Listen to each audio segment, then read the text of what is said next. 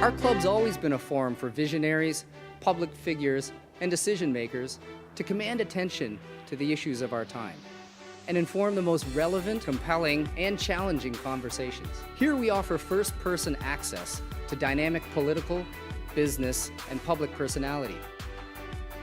The Canadian Club is one of the most important podiums anywhere in the world that a Canadian can speak to, tell Canadians what it is that they think, develop those thoughts. And so I want to thank you for that very, very much. Please join me in thanking our esteemed panelists today. Through our programs and events, including our youth and young leaders programs, our diversity partnerships, our joint events, and our media and social media opportunities, we offer you access to dynamic political, social, and business figures from abroad and right here at home.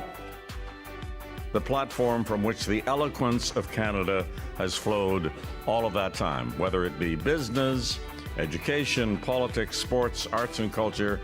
If someone wants to say something to Canadians about this country and about the future of this country, this is the venue you choose.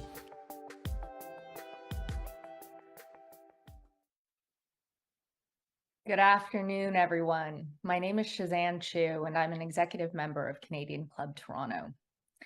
While we meet today on a virtual platform, I would like to begin by acknowledging the Indigenous peoples of all the lands that we are on today. We do this to reaffirm our commitment and responsibility in improving relationships between nations and to improving our own understanding of local Indigenous peoples and cultures. We are grateful for the opportunity to be able to come together to learn on this land. Guests, thank you for joining us today. And thank you to our AV supplier, VVC Live, for making it possible for us to gather virtually today. Starting a life in a new country comes with many challenges, navigating a new financial system being one of them. Today, in recognition of Financial Literacy Month, our panelists will address the unique and complex barriers that newcomers face when trying to establish a financial foundation in Canada and some of the solutions that are available. We hope that employers, marketers, nonprofit service providers, and government registered today will take action to engage in the financial health and literacy of Canadian newcomers and hearing from this gifted panel. Just before we begin, I want to review a few housekeeping instructions. Please take note of the following. To ask a question, click the question tab on the right-hand side of the video player. These will be sent to the moderator. The help button located in the bottom right corner of the page is for technical support. I want to take a moment to thank today's sponsor, Easy Financial, for helping to make this event possible. And thank you to our seasoned sponsor, Canadian Bankers Association, for its continuing support. The Canadian Club is a nonprofit, and we've been gathering people together for 125 years. It is because of our sponsors, partners, and members that we are able to do so. Thank you for your support. Now, to introduce today's speakers. Margaret Adekunle, CEO and founder of City Living Centers. Tonie Chaltas, CEO of ACHÄV. Misha Esipov, CEO and founder of Nova Credit. And Jason Mullins, President and CEO, goeasy Limited. Today's discussion will be moderated by Bruce Sellery, CBC Money columnist, CEO of Credit Canada, and past president of Canadian Club Toronto. A tradition that our club maintains is the toast we make to our country. So if you have a beverage close by, please join me in a toast to Canada. To Canada. Canada. Bruce, over to you. Thank you very much. Financial Literacy Month. Financial Literacy Month is like Carabana, TIFF, FIFA World Cup, Luminato, Nuit Blanche, and the ICC Cricket World Cup all rolled into one, celebrated every single November. It's a really big deal. It's a really, really big deal. And this year, the focus of our event with the Canadian Club is on newcomers to Canada. Newcomers to Canada. How do we foster financial well-being with newcomers to Canada? And I think in this group, at least, there is a shared belief in the view that newcomers have been an enormously important part of the history of this country, and they are an enormously important part of the future of this country. So it behooves us all to ensure that we welcome them and that we support their integration with the knowledge and the institutions and the behaviors that will serve them and therefore our country. We have assembled a really extraordinary panel that brings together different work experiences, different perspectives, for-profit, nonprofit, big company, small company, and we're going to highlight both some of the barriers that newcomers face, and also many of the opportunities for individuals, for institutions, and for our government in how to make this a more effective part in how we bring Canadians into our culture. Margaret is our first panelist. And just by way of introduction, Margaret's based in Edmonton, Alberta. Hello, Alberta. And Margaret, you have many things that you bring to this conversation. Of course, your work in the credit industry, your grassroots work that you do in your nonprofit, but you also have lived experience. You arrived from Nigeria 23 years ago. Paint us the picture of what those first few days were like for you. Thank you very much, Bruce. Thank you, everyone. It's nice to meet you, Tonie and Misha. I came 23 years ago, like you said, and it was tough. You're coming to a new country, leaving everything you know behind, your family, your culture, food, everything you know. And I remember that I had to be in the shelter for a bit because I didn't know anyone here. So I was in the shelter for a bit. Thank God to Canada for having such resources for us. After being in the shelter for a bit, they actually helped me get my first little apartment on Danforth. So I used to live in Toronto, and that apartment was very tiny. It was 450, and I was getting 520 from the government at the time. So by the time I'm done paying my rent, I have practically nothing left or anything else. What do you remember so first cash flow, wow. What do you remember was a formative experience for you in terms of learning about the Canadian financial system, some of which would have been quite different from what you've been raised in Nigeria? So in Nigeria is a cash-based society. So is a lot of African countries. Cash-based society. I had no clue. I had never had a bank account in my life, and I was 23 years old. I never had a bank account. I'd lived at home all through. I had no clue. I've never heard about credit, and I still didn't hear about credit till like a few years after, I would say. I had no idea. I didn't understand it. I didn't know it. I only got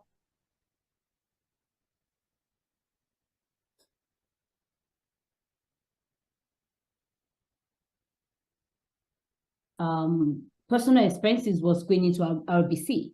I didn't understand what the account was about or how to use it. All I know was that I had an account. I didn't know if it had a fee or not. And I had a card to use in order to access. That's all I knew at the time. Yeah. Misha, you are also someone with lived experience as an immigrant. Your current role, CEO of Nova Credit, you bring to this conversation a perspective of Canada versus US, which we're going to get into. What were your early days like? You came to the US a bit younger, is that right? Yeah, I moved originally from the Soviet Union to the States when I was a kid, and you know, like most people who move across national lines, you get faced with this reality of having to start over. You have to oftentimes learn a new language, retrain professionally, and reestablish your financial life. And you're doing that in an environment where you don't have the same social safety net that you may have had back in your home country. And so we've built a business and a product that helps make that period of transition and integration a lot easier. And I'm sure we'll get into it a little bit here today in the conversation. If your parents were here and I were to ask them the question of what was formative for them about learning a new financial system, what do you think they would say? Or what did you hear around the dinner table when it came to finances? Yeah, we weren't really talking about global credit bureaus around the dinner table. No? While growing Okay. up. Surprised. Now we do, maybe, but the anecdotes I still remember are how hard it was to get a car, actually. So when we first moved to the States, we moved to Syracuse, upstate New York, not too far from Canada, and you can't get around without a car, and we weren't able to get a car loan at all, and so we saved for many months before we could buy a used car all in cash, and that's sort of the story that I've heard time and time again now in my role, where we're talking to and working with newcomers every day. Tonie, you're the CEO of ACHÄV. One of the really important parts of this conversation is to think holistically about the newcomer experience, which ACHÄV is very clearly able to provide that perspective, not only because you have over 100,000 clients, but also because you help newcomers in so many different ways. Tell us about the mission. What's ACHÄV about? What are you trying to do? Thanks very much, Bruce. We're really all about creating faster paths to prosperity, making it easier for our clients to get the supports that they need to settle in their new country, learn a language, French or English, and get a job. And we also not only support newcomers, about 80% of our clients are newcomers. We support Ontarians as well. So helping those who are underemployed or unemployed get a job, and also provide free recruitment services to employers, helping them build a diverse, inclusive workplace. One of the things that in our prior conversations you've talked about that has really stuck with me is how some of your clients literally show up on your doorstep, the doorstep of your offices, directly from the airport. So they haven't slept, they haven't bathed, they've got their suitcases with them, and they're showing up. You were the first port of call. Talk specifically about how you play the role as a navigator with some of these financial institutions in those very early days for people. So we do have folks that actually do arrive, Bruce, you're right, with their suitcases. We have an office quite close to the airport. And as you can imagine, there is so much going on in their lives in those first several days. They often arrive in Canada having done a bit of research. So they will have either identified who they're going to bank with, or identified the need to very quickly affiliate with a financial institution if they don't already have something set up. So that's step one. It is often a big focus. And then very quickly, they're pivoting into, how do I get a job? But most importantly, how do I get a job that's actually commensurate with my skill level? They have saved, they arrive, and very quickly that money can start to disappear. We all know about the housing challenges here in Canada, and the reality of finding rental income that actually fits their budget is a challenge for newcomers. And when you've got landlords who are now asking for upwards of, in some cases, a year's worth of rent all at once in one check, that can take a big hit into somebody's savings. And you can imagine, none of us can quickly come up with $30,000 to write a check. So that's a big hurdle that they face right away, on top of simply figuring out how the best system works, how to get a health card, how to get their kids into school. There is an awful lot going on in their early days as they settle here in Canada. But Jason, I want to bring you in here. Jason, President and CEO of goeasy. You've got two lenses here. A huge number of your clients are newcomers to Canada. A huge number of your employees are newcomers to Canada. And one of the things that you've talked about is how important it is to be, your word, purposeful in how you staff branches with new Canadians. How do you go about doing that? Yeah, first of all, thanks for having me on today. I think it's really important that organizations that have a retail presence, as we do, we have 400 locations coast to coast, staff those locations with people that represent the communities within which you operate. That means that depending on the ethnicity of the communities in which we operate, we're looking for people who can most be relatable and connect with the people that are representative of the culture in that community. And that especially means being able to often speak the languages. Our financial services infrastructure and a lot of times the documents that are available by a lot of organizations for doing basic financial transactions have not caught up yet to the significant amount of new population growth from new Canadians in Canada. So they're not always available in all those languages. So if you can at least staff your locations with someone that represents those cultures and the mass diversity that exists in Canada, at least then you're going to be able to have people that are relatable and talking the same language. I want to not take for granted the why we are having this conversation. So we're not going to spend a lot of time on this, but I do want to talk about the opportunity that is here as it relates to newcomers. And Misha, I want to start with you. Your company's based in the US. You tried to enter Canada a bunch of years ago. You are now doing that work again, now coming back with guns a-blazing here with Nova Credit. Why is this a market that is appealing to you? And why do you think your service will make an impact for newcomers? Basically, I think we need to just lay on the table the economic case to be made that this is time well spent. Certainly. Well, as a business that supports newcomers around the world, we have a business here in the US, in the UK, in the UAE, in Singapore, in Australia. We get this really unique view into how different economies and financial systems treat newcomers and help ease the integration path.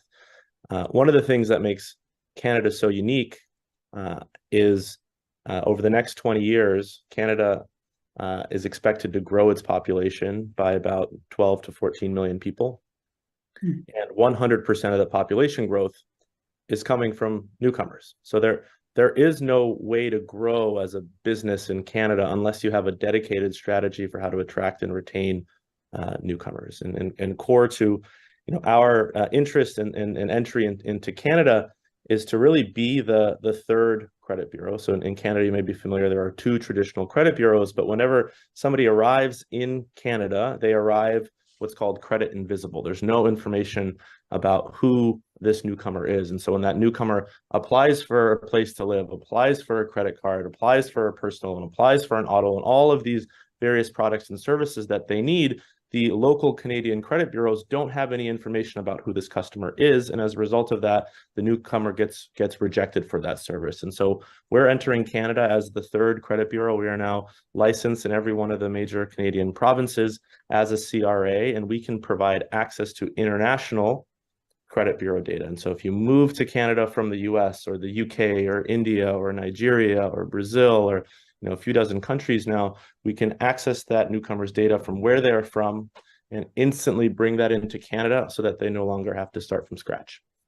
So if that's the sort of macro lens, this is a market that is growing, it's critically important. Tonie, I want to focus you on a micro element that I know is really important to you. And that is what you have seen in the data and anecdotally about the loyalty of newcomers when it comes to their engagement in the workforce. Talk a bit more about that for us. Sure, Bruce. We often hear the term quick quit, and people believe that newcomers often make up a significant number of the population who start a job and then just quickly move on to something new. The reality is our experience at ACHÄV is quite different. These folks have, as I said earlier, a lot going on. They need stability, they need a job, and they are incredibly loyal and hardworking when they land. But a big piece of that is that actually the culture in which they're walking into is a welcoming one that is inclusive. So if it is welcoming, if their skills are being leveraged, they're staying, and they are incredibly valuable employees when they stay. Think about what they've gone through. They've left everything behind. These people are not risk adverse, and there's no such thing in the status quo for them. So they make fantastic employees. We're going to talk about a number of the barriers, and then we're going to segue to some of the opportunities or solutions or ways to overcome those barriers. The first, which Tonie, you've really already started to highlight here, is the importance of a welcoming environment. Margaret, you talk about your early days in workplace culture, and you said to me once, I wish I was born here just so I would understand workplace politics. For someone who has been around my whole life, I've lived in Canada for most of my life, there's a nuance about workplace politics that I don't know that I already know. What did you observe as it relates to the unwritten code that took some time for you to have awareness about or learn? Thank you. Thank you, Jason, for hiring a lot of immigrants and minority. I think it's amazing. In the work environment, Tonie nailed it, is the culture. You're coming from an environment where the culture is completely different. So what I often hear is when an immigrant is fired is they are not a cultural fit. It's a brand new culture. We expect them to leave everything they've learned over the years and adapt automatically into that work environment.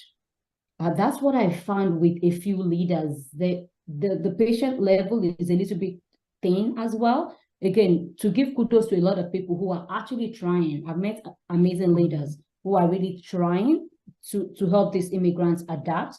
At the same time, I've come across a lot, and from the feedback that I'm getting from our foundation is that a lot of them get fired too pretty quickly within the first 3 to 6 months.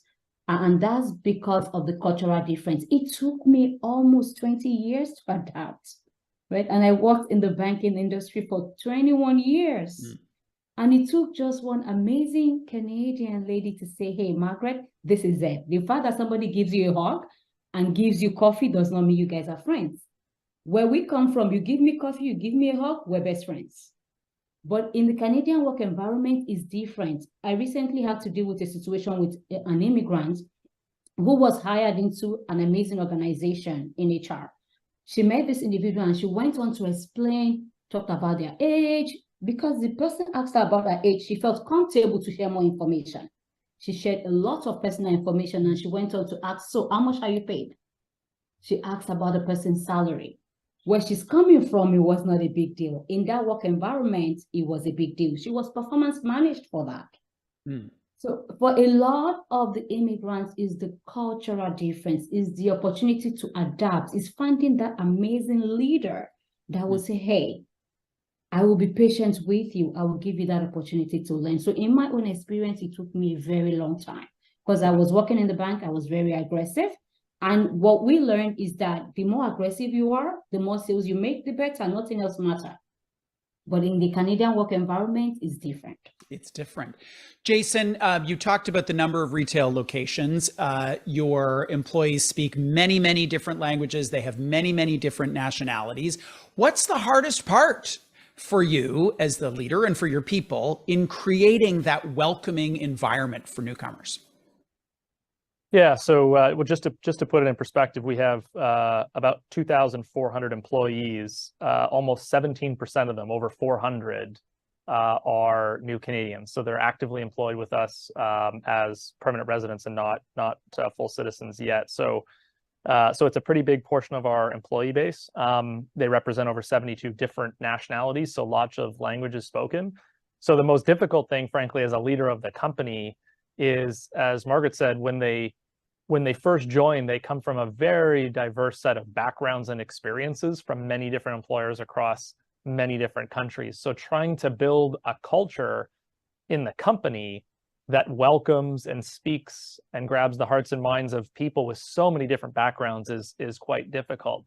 You run up against all kinds of interesting challenges, like what social issues around the world are you going to corporately speak up on and have a voice on versus not? And when you build your benefits and employee rewards, what are the various financial or health or family benefits that you want to build because they will cater to the widest audience possible? So if your employee base is more narrow and of a more similar nature, it's almost easier to deal with those things because you know exactly what's going to cater to that population. But when you've got people that come from so many different wide backgrounds, just building the right culture and knowing how to build your organization around what's going to best engage that workforce, it's tricky, it's difficult. So barrier number one, welcoming environment, that assumes that you've been able to get the job in the first place. Tonie, I hosted a workplace show 15 years ago in which we did a series of stories on the challenge for newcomers to Canada being credentialed in this country. Where have we seen progress? Where are the barriers still most pronounced? So the good news is we are starting to see a little bit of progress. We have a long way to go in recognizing foreign credentials. The governments are seized with it because I think there's a recognition that we have such a label crisis that we need to be able to match the skills of newcomers with the needs of business. So that's step one. But the second step is the colleges actually finding a way to reimagine credentialing processes that makes it faster, makes it easier, gets rid of the duplication of a lot of the steps along the way. And the other piece of this is the employers. So it's one thing to recognize that the colleges, the regulatory bodies have to move forward, governments need to reinforce. We need employers who also will recognize that without Canadian experience, these people still can be really valuable, and it may take them a while to get their credentials. So find something that is next door, find something that's close, can build on those skills, give them the flexibility to get through the process that they need. They're going to earn a living while they're doing this because most of them can't exit the workforce to just focus solely on building that process and getting those credentials. So it's a journey and we're making progress, but not fast enough. Yeah, let's read through this book a little faster, please, everybody, if we could. Be great, be great. Misha, I want to come to you on one of the other challenges that I'm sure you see globally. I don't know, you tell me.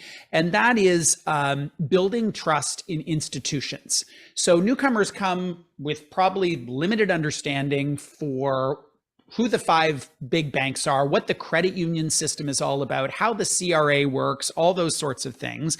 What are some of the things that you see globally that enable newcomers to trust the institutions and the players in which they in which they should have trust in? I mean, if you peel back the onion, what like one of the reasons why integration and immigration is so hard is a data problem, right? It's you arrive as a blank slate. There's no information about who you are, and so many traditional onboarding experiences, so signing up for new products, break because you can't even verify your identity online, right? Because there's no record for who you are yet in Canada, and so you end up resorting to a variety of these like clunky experiences. You have to show up in a branch, you have to show up with all sorts of documentation to try to prove who you are, and core to why we exist is to automate a lot of that and to make that experience easier and a little bit more human and natural, and it's a capability that's now becoming the norm, at least here in the US and increasingly in the UK and a few other markets. In Canada, we publicly announced our launch this past summer, initially with Scotiabank, but our intent is to bring the capability and allow all major financial institutions in Canada to benefit from this capability, so that newcomers no longer have to start from scratch, so that they can benefit from their proven experience and get a leg up. Margaret, you have very real, immediate, intimate stories of newcomers and the challenges that they face. One of the areas in which you hear a lot of stuff is around unscrupulous behavior, bordering on fraud. You have an example of a client who took out student loans for a school that didn't then lead to a job. Tell us what happened there and what some of the lessons are for all the listeners into this event to say, wait a sec, we've built a system that that is insufficient in protecting newcomers from scams and fraud. There's a lot of praise out there paying on newcomers as well. There are little colleges, small colleges who go out of their way to apply for student loans for these individuals, maybe give them 2,000 thereabout to hold on to. They go to the school for maybe 6 months or so, they come out, they can't find a job because some of the courses they were learning aren't probably what they need. There are also a set of people. I had a new immigrant who bought pots for 8,000 because they were told the pots will hate their health.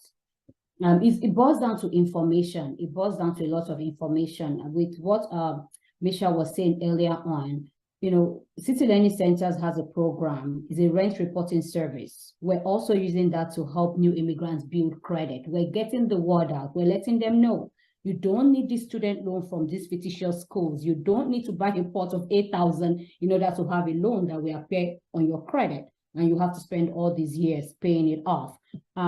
It's just getting the word out there. Similar to my situation, right? I got bad credit at one point because I didn't just understand, and I was working in the bank at the time. It's information, getting to them before this praise get to them, impacting policies the best way we can, and conversations like this that we're having as well. I want to then move to this, the next question, or the next barrier, is really around access to credit. So we know that it is so critical for newcomers to Canada to begin building that credit history and doing all the things that will establish a score for a whole host of reasons, not just so they can borrow, but so they can have something to show a landlord when they want to rent an apartment. Misha, you've talked a little bit about the role that Nova Credit plays. What are the biggest hurdles for this being ubiquitous? I can imagine there are some players who aren't so interested in a new upstart like yours coming in and changing the game, because there is currently a way things are done. Yeah. Well, as much as I take a lot of pride in being an upstart or a startup, we've been at this for almost a decade at this point, and so not quite a spring chicken anymore. We've proven that we know how to work with the largest banks in the world: American Express, HSBC, Scotiabank, Republic About. We support telco use cases, and so we have a familiarity and an understanding that is no longer naive about what it means to do business with some of the largest banks in the world, including some of those in Canada. I mean, I'd love a world where we are, ubiquitously integrated and available in the Canadian market. It'll take some time to get there, but I think we're on the right track right now. We're getting a really warm welcome from all the major players that we're talking to, and we'll soon be more public about working with in Canada. But the biggest challenge ultimately comes down to believing that this data can help improve processes, that this data can help get more people into the Canadian financial system. And there are a variety of ways that we help partners understand the power of this data in pre-qualifying applicants and underwriting them and improving their line assignment, and a variety of other use cases for how credit data, just like any way that you'd work with the credit bureaus, can help improve process. Tonie, I'm going to come to you in a second. I'm going to ask Jason one more question, then I'm going to come to you. And what I'm going to ask you in a second is, what have we missed here? We've gone through like the big barriers, but there may be one or two that we've missed. So I'm going to ask you that question in a second. Before I do that, Jason, I do want to ask your view on access to credit, because you have a challenge pricing risk. It's what the mathematicians who work with you are focused on day in, day out. And there must be a distinction between poor credit score, which has a certain profile and you price it in one way, versus no credit score, which is the circumstance that a lot of newcomers arrive with. How do you navigate that? How does that work? Yeah, so first of all, it is difficult. And as a lender, the whole lending community are rooting for businesses like Misha's, because we are looking for more data upon which we can use to make better decisions and be able to make credit more readily and accessible and available to new Canadians, and price those loans at the appropriate credit risk based on the profile of those individuals. In the absence of that new information and data, it's really a case of extending credit typically based on one of three factors. And as a new Canadian, you're most likely going to have a trade-off because you have no credit file until the data that we need is more readily available. It's one of the three C's. It's either going to cost you more because you don't have known credit risk based on an established credit profile. You're going to have to provide collateral some sort of form of security. That could just be a cash, that could be an RSP, that could be a GIC, that could be a car if you have it.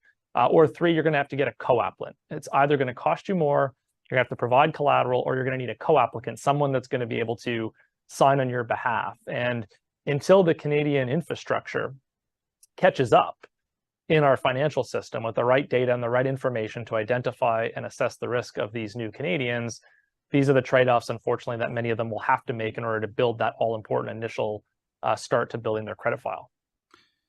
Tonie, what have we missed in terms of your top 5 on barriers for newcomers to Canada when it comes to the financial system? I'll give you 2. First of all, I talked briefly, Canadian experience. We just have to get past this. I think it was Misha or maybe Jason who talked about the growth of our population. And the reality is, to build an employee base, employers are going to have no choice but to build from the base of newcomers, which means they're not coming with Canadian experience. So they need to start looking at skills, competencies, not just experiences. There is a great deal that is transferable, but they're going to have to take a bit of an open mind. And I will give the government of Ontario credit. They've made some good strides here. About a year ago, they got rid of it for professionally trained international workers coming. They removed the Canadian experience requirement. Government just announced last week that they will actually make it illegal to have job postings and applications that require Canadian experience. So I think that's a big step forward, but HR departments, employers are going to have to do a little bit more work to map what are those experiences and what did those skills actually look like that come with those experiences. Let's look for the skills. The other thing I'll talk about is the wage differential. The reality, first of all, is that 60+% of newcomers come to Canada with university educations. Depending on what stat you look at in Canada, Canadians have 50 to 60% population with university education. So they're coming in, and these folks are highly educated. But despite the fact that they have university degrees, they are twice as likely to be paid less. 20% wage gap has now been calculated for a low skilled paid job here in the GTA between a non-immigrant and an immigrant. That's a dramatic difference. So I think those are 2 really big important things, is pay people for the job that they can do, the skills that they bring, and get rid of Canadian experience. So important. Those are 2 big barriers. Great. We are taking your questions through the platform upon which you are engaging in this event. And I just wanted to flag one of them. Jason, this goes to you. What are some options for Muslim immigrants when they try to work within a system when they cannot realize interest? So some people might not be familiar with the cultural differences here, but those who are of the Muslim faith, they can't just get a loan in the same way that someone who doesn't follow those principles because of that religious context. What are ways, Jason, in which you see the industry accommodating different cultures that may have some surprising things that aren't linguistic in nature, but they're broader than that?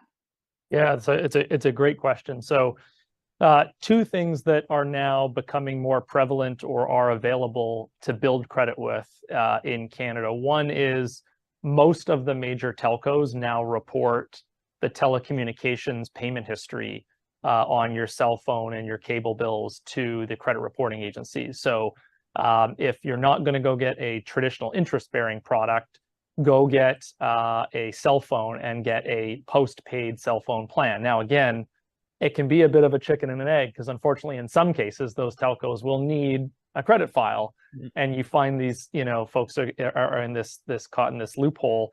But a telco trade is a great way to do that. And then secondly, there are a number of emerging companies that are now allowing landlords to report rent payments to the credit file. So there are a growing number of landlords, and particularly the larger landlords that run multi-unit complexes.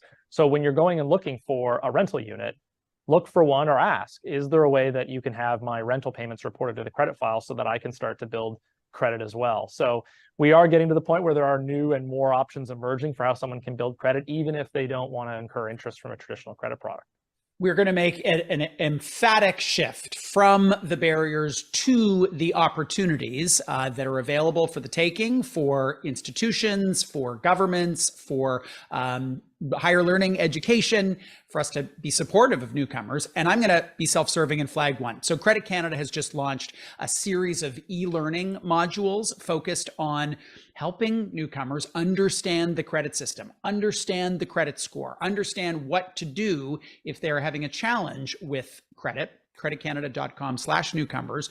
One of the things that is really important to highlight about this initiative is all this material is available in 8 different languages. So a newcomer is able to log in and engage with this e-learning in their language of choice. So that is one. We'll put that as an opportunity or a solution to some of the barriers out there, because we can't minimize the challenge it is for people to engage in a language that may not be their first. I want to move to you, Margaret. So you work at City Lending, but you also are very close to this grassroots kind of focus with the immigrant inclusive credit. What are some things that you are trying and have deemed to be effective in your work in that side of your very busy life? We have, for the Muslim community, we do have a quick loan product where we don't charge interest rate. We only charge a fee. Is $1,600 and they have 3 months to pay back. That's one way we've been able to help that community out with that. We also directly report their rent payments to Credit Bureau. With just $5 a month, we're able to do that. And with the grassroots work that we do, for some of them that are not able to afford $5 a month, we pay that off on their behalf. One piece that I think we also need to look at, we're not doing that yet, is the newcomer packages from the banks. A lot of the new immigrants are settling down with those packages, $2,000 credit card, $5,000 line of credit, without a job yet. We're finding that a lot of them are getting bad credit within the first year due to some of those packages, because they don't understand how to pay some of this money back immediately. Some of them don't even have a job. So they end up with city lending centers where we're fixing their credit for them because they got $5,000 from a particular bank when they came in and they weren't able to pay back on time, or they didn't understand the process. So I think a good opportunity is to look back at those newcomers packages and the kind of impact it's having, and to also revisit the lending policies. Yeah. Misha, I want to include you here. Given your global view, you see a lot of the work that the institutions are doing prior to the newcomer arriving in this country. And a lot of the big banks in particular invest a huge amount of time, energy, and money in, I think there's part of it that's, let's make an impact with these folks. And part of it is we want to get them, locked in as a client before they're then hit with a barrage of marketing material from competitors. Talk a bit about the work that institutions are doing prior to a newcomer coming here to Canada.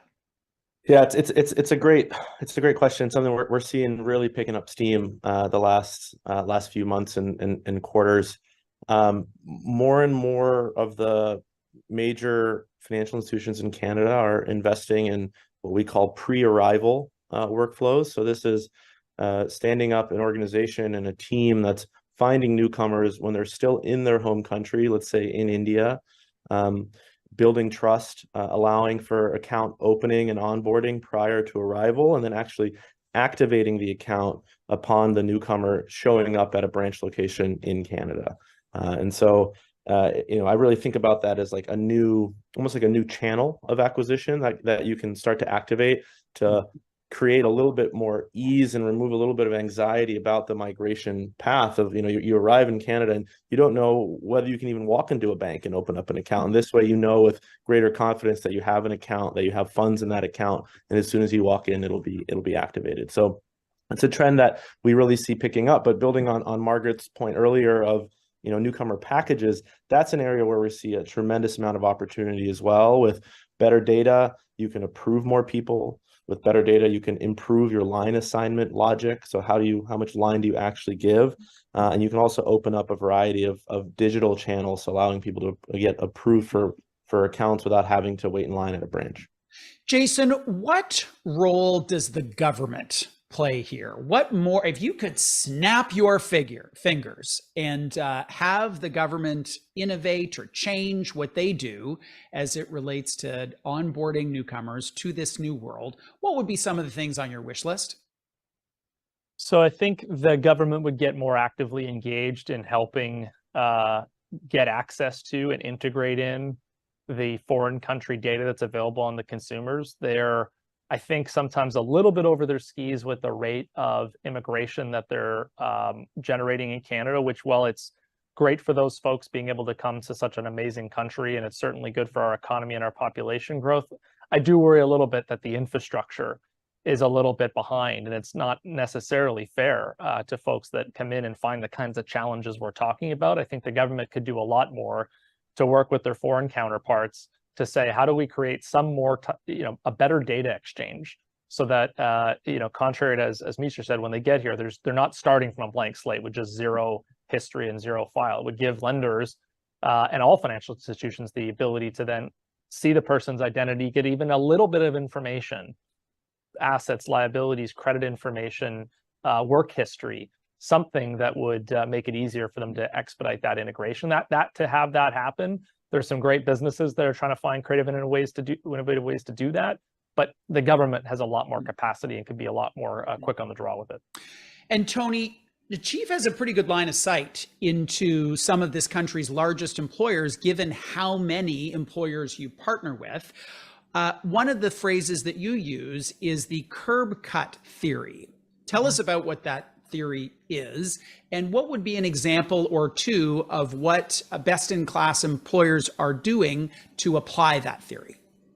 So thanks, Bruce. The curb cut theory is actually based on how modern sidewalks and roads work. When you think about crossing a sidewalk to get to the other side of the road, the curb is actually cut so that it can accommodate easy transition from sidewalks to roads.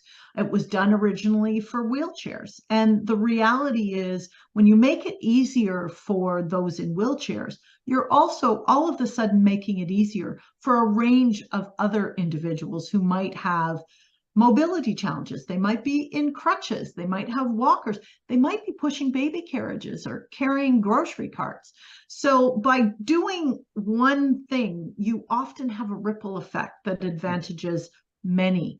So by creating this welcoming culture, this environment that allows everyone to belong, you are creating a vibrant workforce. And I think Jason talked a little bit about this. When you look at a consumer base, just in the GTA alone, I think 56% of the population is from a visible minority group. So the reality is, they are actually looking for representation in people who they do business with. Who's the biggest population group in the workforce right now? Millennials. They are looking to actually support organizations whose values reflect theirs. And diversity and inclusion is a big part of that. So getting that piece right, super important. Simple example is recognizing that some individuals will actually need to take breaks throughout the day to be able to have prayers, observe in a quiet space, make those spaces available, provide people with the flexibility that they need to actually do that, and then come back to work and pick up where they left off, but giving them the opportunity to reflect and take those times that they need throughout the day. Misha, you advocate something you phrased as a dedicated strategy on a new to country or new to Canada segment, a segment of the population. We've got a lot of people dialed into this event who hold senior roles in organizations with, I'm sure, varying levels of sophistication on this particular strategic question.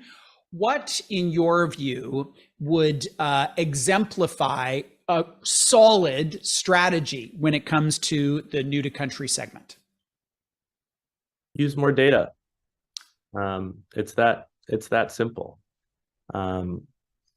if Can you give us some examples of what the data would be that you would say organizations should really look at? I'll try to humor everyone and say underwriting and providing credit to newcomers without data is like trying to drive in the snow without snow tires. Thank you for humoring us.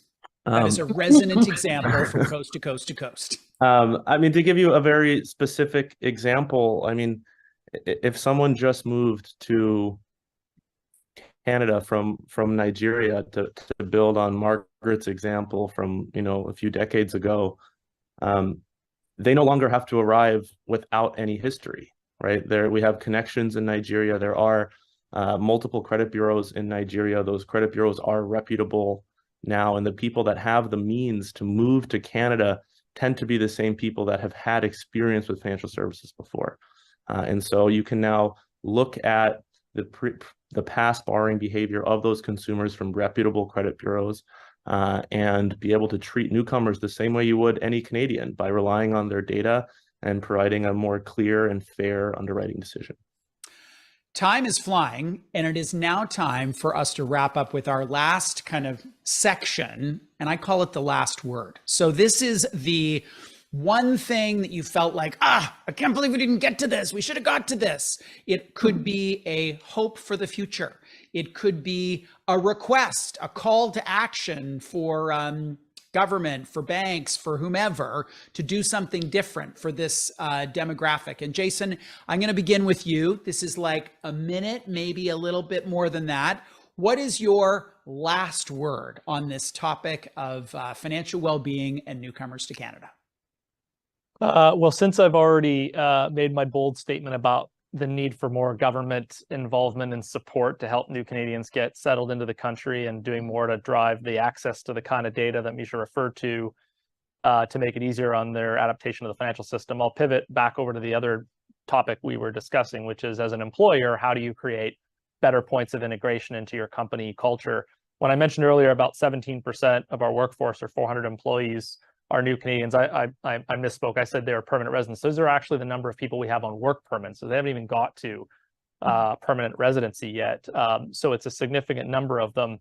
About a year or two, we were trying to unpack what was causing some of the turnover and those people, once they spent time in our business, to leave. And we identified that one of the most common reasons was that, particularly for the younger demographic, when they're new to Canada, after somewhere between 1 to 2 years, they want to be able to travel home again. And they don't want to go for just the 1 week of vacation that they're entitled to at that point in their employment. They want to be able to go home for 2, 3, 4, sometimes 6 weeks, to be able to go back and spend a full month with their family back in their home country. And so, knowing that they didn't have that amount of accrued vacation time in our traditional Canadian system, they would have to quit their job. And we found there were a lot of folks that were quitting their jobs so they could travel home again. So we developed a new Canadian employee program that allowed them to, with advance notice to us, apply for and receive a much earlier sabbatical period than they would otherwise normally be entitled to under our typical sabbatical program that's based on tenure, so they could qualify for the month off that they needed to be able to go back and visit home. And by doing that, we were able to massively increase the retention of the new Canadians we had within our workforce. They would come back after that month away, rejoin our organization. And as Margaret said, that kind of stuff really does dramatically increase the loyalty to your organization. So the last word I would have is, think about all of your customary traditional employment programs, benefits, and perks, and say, if you really want to attract the new Canadian and make them a meaningful part of your workforce, how do you break the mold and do something new and creative that makes sense for them? Tonie, minute or less, what's your last word? Leverage the programs government does spend on. Talk to organizations like ACHÄV. We've got an incredibly innovative program on an incentive bond that actually will reimburse employers for parts of salary and their training dollars if they bring in a skilled worker and it doesn't work out. We offer career loans. We do apprenticeship programs. We work on short-term placements for newcomers. So there actually is a lot going on, and this community that I belong to, service providers, continue to try and do all we can to promote, but sometimes our voices aren't as strong as they could be. So take advantage, explore, give us a call. Margaret, what is your last word? Thank you. Honestly, I feel like Jason, Tonie, and myself, no offense, Michelle needs to create a governing body for Newcomers finance. Maybe Michelle with the data as well. Thank you so much, Jason, for what you do. It's amazing. What I would say is cultural fit, and a lot of what Jason said earlier, cultural fit is the big issue within the immigrant community and newcomers. And another piece that I think, and I wish we could focus on, is the microfinance space. I tell you, you don't know how far 1,600 goes to a family that will end when they just arrive to Canada. We have a lot of requests that we cannot even fulfill. We have backlog assisted learning centers that we can't fulfill. So I think the microfinance piece is one that we need to talk about quite well, and cultural fit is a huge one. So thank you, Jason and Tonie. Misha. Thank you, Margaret. Misha, what is your last word? And you get to be the last of the last word. I'm flattered. I'll leave you with 3 thoughts, 3 points. One, there is no segment more important to Canada than the newcomer segment. You look at all the macroeconomic statistics. You can look at, the percentage of Toronto and the GTA that's foreign born, which I think is over 60% of the greater Toronto area is foreign born. There's no segment more important in figuring out how to serve than this one. 2 is Canada is going through a step change in its ability and the data available to serve this segment. I think we are a key driver of that, and the availability of this information is going to make all financial institutions in Canada more competitive and more able to serve this segment. And then 3 is you don't have to be alone. You can reach out to myself, some of the panelists here, in figuring out how to upgrade your newcomer strategies. There are people who specialize in this, who've helped some of the biggest banks in the world. I mean, we've supported Scotiabank, American Express, HSBC, Verizon in helping develop dedicated newcomer strategies. And so don't hesitate to reach out. Thank you to our panelists. I am emboldened, I am inspired, and I am energized by the collective work that all of you are doing in various ways across the country. And with that, Shizan, I will pass it back to you. Thanks so much. What a great conversation. Margaret, Tonie, Misha, and Jason, thank you for taking the time to join us today.